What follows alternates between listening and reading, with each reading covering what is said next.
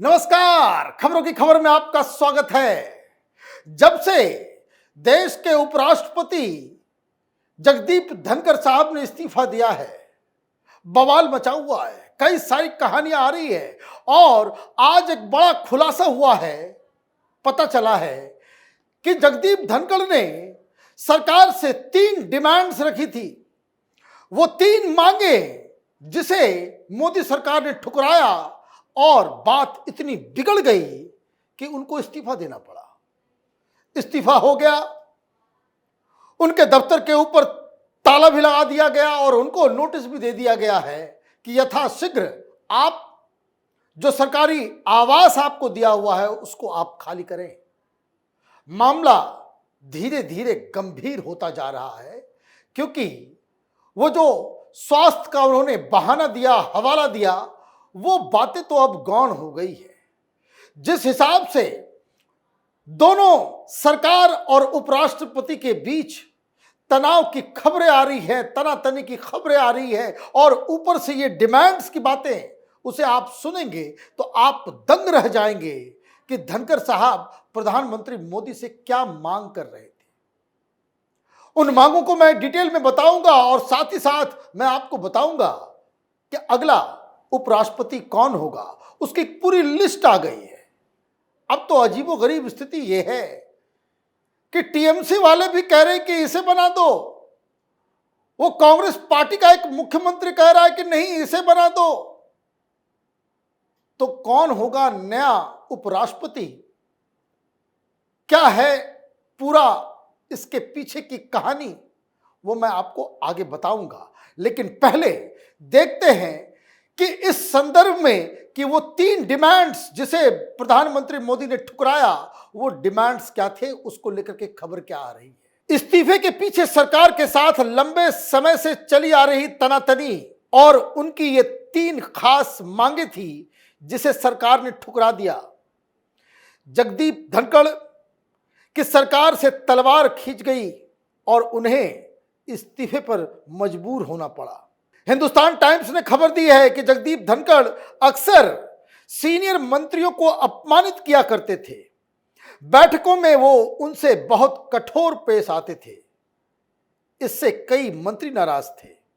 शिवराज सिंह चौहान को भी उन्होंने दिसंबर में पब्लिकली अपमानित किया था किसानों को मुद्दों को लेकर के स्टेज पे।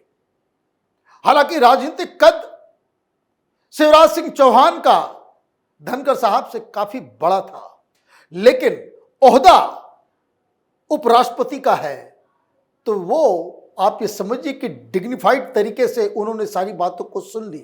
लेकिन ये शिकायत कि कई सारे मंत्री ये कहते थे कि बहुत ही ज्यादा कठोर शब्दों का इस्तेमाल करते हैं और मीटिंग्स में वो बेइज्जत भी करते हैं। ये बात तो कुछ और हो गई। लेकिन जो 3 मांगे हैं, वो 3 मांगे क्या क्या थी, जहां से यह मामला और खराब हो गया। पहले से ही तनातनी चल रही थी और अप्रैल के महीने में उन्होंने 3 मांगे रख दी। ऐसी मांगे जिसे पूरा नहीं किया जा सकता। तो पहली मांग देखिए क्या है। सरकारी दफ्तरों में पीएम मोदी और राष्ट्रपति के साथ उपराष्ट्रपति की भी फोटो लगे। वो चाहते थे कि हर दफ्तर में प्रधानमंत्री और राष्ट्रपति की तस्वीर होती है। इन्होंने कहा कि भाई उपराष्ट्रपति की भी होनी चाहिए, उपराष्ट्रपति की भी होनी चाहिए। क्या खबर छपी है उस पर? जगदीप धनखड़ चाहते थे कि सभी सरकारी दफ्तरों में प्रधानमंत्री नरेंद्र मोदी और राष्ट्रपति द्रौपदी मुर्मू के साथ उनकी भी तस्वीर लगे। सूत्रों के अनुसार जगदीप धनखड़ ने इसे बार बार उठाया था, लेकिन सरकार ने इसे असामान्य और अनावश्यक मानकर सिरे से खारिज कर दिया। कारण कि यह परंपरा से हटकर थी। अब तक की परंपरा है कि सरकारी दफ्तरों में केवल पीएम और राष्ट्रपति की ही तस्वीर लगती है। भाई आपके चारों की आपकी तस्वीर हर जगह लगे, प्रधानमंत्री और राष्ट्रपति के साथ। सरकार ने मना कर दिया, बोले कि ये तो परंपरा रही नहीं। 2 व्यक्ति की तस्वीर लगती है, 2 व्यक्ति की तस्वीर लगनी चाहिए, वो लग रही है। और आपकी जो मांग है वो अनावश्यक है, गैर जरूरी है। इस तरह की मांग नहीं मानी जाएगी। इससे जगदीप धनखड़ और नाराज हो गए। नंबर 2, दूसरी मांग, जेडी वेंस के साथ उच्च स्तरीय बैठक की चाहत। लीजिए, अमेरिका के वाइस प्रेसिडेंट आए तो उन्होंने कहा कि हमारी उनके साथ अलग से मुलाकात हो। अप्रैल महीने में अमेरिकी उपराष्ट्रपति जेडी वेंस भारत आए थे।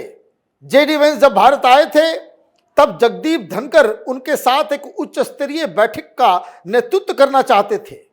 हालांकि एक सीनियर कैबिनेट मंत्री ने उन्हें स्पष्ट किया कि जेडी वेंस अमेरिकी राष्ट्रपति का संदेश लेकर आए हैं जो सीधे प्रधानमंत्री मोदी के लिए है और यह प्रोटोकॉल के तहत उनकी भूमिका अलग होगी। ऐसे में इस मांग को सरकार ने असहज स्थिति में डाल दिया क्योंकि धनखड़ का आग्रह प्रोटोकॉल से टकरा रहा था। मना कर दिया गया, भाई आपको क्या, भाई अभी तक तो ऐसा कभी देखा नहीं कि उपराष्ट्रपति जो है इस तरह की मीटिंग करता हो। राष्ट्रपति भी बचते हैं इससे, ये प्रोटोकॉल के तहत नहीं था। लेकिन इनको यह चाहत थी कि जेडी वेंस के साथ एक उच्च स्तरीय डेलीगेशन की बैठक हो, उसमें वो तस्वीरें आए, वो दोनों, पता नहीं ये क्यों ये बातें हो रही थी। तो ये मांग तो जस्टिफाइड नहीं था। तीसरी मांग और भी अजूबा है, काफिले में मर्सिडीज बेंज को शामिल करने की चाहत। उनकी तीसरी मांग उनके काफिले की सभी गाड़ियों को मर्सिडीज बेंज में अपग्रेड करने की थी। सूत्रों का कहना है कि जगदीप धनखड़ ने इस मांग को कई बार दोहराया जिसे सरकार ने अनुचित और खर्चीला मांगा। इस तरह की मांगों को लेकर ही उनकी सरकार से नहीं बनी और तनाव बढ़ गया।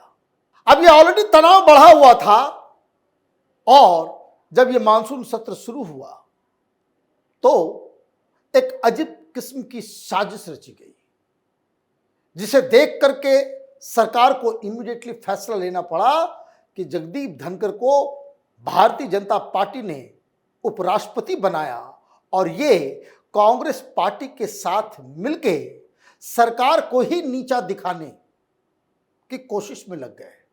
और ये भनक लगते ही, और इसका उदाहरण, इसके बारे में कल भी हमने बताया था कि किस तरीके से इंपीचमेंट मोशन को लेकर के वो सारा क्रेडिट कांग्रेस पार्टी को देना चाह रहे थे। तो ये कांग्रेस पार्टी के साथ धनखड़ की क्या सेटिंग हुई, ये एक ऐसा सवाल है। अंदर किस तरीके से साजिश रची गई, ये एक ऐसा सवाल है कि जिसका जवाब आने वाले समय में दिया जाएगा। लेकिन जो कुछ भी हुआ ये अप्रत्याशित था और अब उनका इस्तीफा भी हो गया, घर खाली करने के लिए कह दिया गया और अब कई सारे नाम जो लुटियन दिल्ली के अंदर में घूम रहे हैं या घुमाया जा रहा है उसके ऊपर सरसरी निगाह एक बार डालते हैं और देखते हैं कि वो कौन से नाम हैं जिनके ऊपर अफवाहों का बाजार गर्म है। हरिवंश नारायण सिंह ये करंटली उपसभापति हैं, भरोसेमंद है, लेकिन वो भारतीय जनता पार्टी नहीं, वो जेडीयू से आते हैं। और एक बात मैं आपको बता दूं, कम वाट में जो उपराष्ट्रपति होगा वो भारतीय जनता पार्टी का होगा और आरएसएस के सहमति से ही, आरएसएस के बैकग्राउंड का वाला व्यक्ति ही उपराष्ट्रपति बनेगा। लेकिन नाम देखिए, रामनाथ ठाकुर, ये भी जेडीयू के सांसद हैं, बिहार से हैं और इसकी चर्चा इसलिए शुरू हो गई क्योंकि जेपी नड्डा भी हाल में उनसे मिले। ये कर्पूरी ठाकुर के बेटे हैं, दलित चेहरा हैं, हो सकता है बिहार के चुनाव को मद्देनजर इनको जो है मौका दिया जा सकता है। राजनाथ सिंह का नाम चल रहा था, लेकिन ये नाम चला कौन रहा है, बीजेपी वाले नहीं, ये नाम चलाया जा रहा है टीएमसी के द्वारा, कि टीएमसी वाले ये बोल रहे हैं कि भाई राजनाथ सिंह जी को बना दो, हमें कोई आपत्ति नहीं। मतलब राजनाथ सिंह को आप खड़ा करोगे तो टीएमसी वाले जो है राजनाथ सिंह को वोट देने को तैयार है। अब आप बताइए, राजनाथ सिंह तो पिछली बार ही मना कर चुके हैं कि नहीं बनना है उन्हें उपराष्ट्रपति, अच्छे खासे वो अभी रक्षा मंत्री बने हुए हैं। ओम माथुर ये राजस्थान के एक लीडर है, आरएसएस का बैकग्राउंड है, इनकी भी बड़ी चर्चा हो रही है। रमा देवी ये बिहार से एक दलित चेहरा भारतीय जनता पार्टी की तरफ से हैं, इनको डार्क हॉर्स बताया जा रहा है, डिप्टी सीएम भी बनाया गया था बिहार में। हालांकि उन्होंने कुछ कमाल नहीं कर पाई वो। नीतीश कुमार, इनका भी नाम चला, लेकिन ये अब रेस से बाहर हो गए हैं, इसे जेडीयू की तरफ से साफ मना कर दिया गया। एक बंडारू दत्तात्रेय, ये कांग्रेस पार्टी ये चाह रही है। तेलंगाना के चीफ मिनिस्टर रेवंत रेड्डी, उन्होंने कहा कि तेलुगु भाषी जो है कोई व्यक्ति होना चाहिए। जितने तेलुगु लीडर्स हैं, भारतीय जनता पार्टी उनको रिटायर करवा दे रही है ना। तो इसलिए ये डिमांड कांग्रेस पार्टी से हो रही है और सीएम साहब उन्होंने कहा रेवंत रेड्डी ने कि अगर बंडारू दत्तात्रेय को बनाया जाता है, उनका नाम सामने लाया जाता है, तो कांग्रेस पार्टी इनका समर्थन करे। इसको लेकर के वो राहुल गांधी से बातचीत करेंगे। भाई अपने उम्मीदवार खड़े करो। बंडारू दत्तात्रेय को बनाना है तो आप कांग्रेस पार्टी का उम्मीदवार बना दो ना उनको। या तेलुगु भाषी कोई चाहिए तो तेलुगु भाषी के रूप में किसी और कांग्रेस के लीडर को आप खड़ा करो मैदान में। ये टीएमसी, ये कांग्रेस, ये जो नाम सुझा रही है, इसका मतलब ये कि मैदान छोड़ के ये लोग भागने वाले हैं कि चुनाव के समय विपक्ष कह देगा कि हमारा कोई उम्मीदवार नहीं है, क्योंकि हारना उनका तय है। एक और नाम शशि थरूर का, ये मीडिया में ज्यादा उठ रहा है। और भारतीय जनता पार्टी से एक और नाम, बहुत सारे सांसद इस बात को कह रहे हैं कि आरिफ मोहम्मद खान वो एक अच्छे चॉइस हो सकते हैं। ये बीजेपी के सोर्स के तरफ से ये खबरें आ रही है। तो ये सारे लिस्ट हैं, ये सारे नाम हैं। फैसला कौन करेगा ये तो सिर्फ प्रधानमंत्री मोदी ही जानते हैं। भारतीय जनता पार्टी में पब्लिक डिस्कशन के बाद कोई नाम तय नहीं होता है। प्रधानमंत्री मोदी इस वक्त वो विदेश यात्रा पे है, वो लौटेंगे और उसके बाद ही चुनाव का नोटिफिकेशन भी ईसी जारी करेगी और उसके बाद तय प्रधानमंत्री मोदी ही करेंगे। आप देखते रहिए कैपिटल टीवी। हमारे वीडियोस को लाइक कीजिए, शेयर कीजिए और हमारे चैनल को सब्सक्राइब कीजिए। धन्यवाद।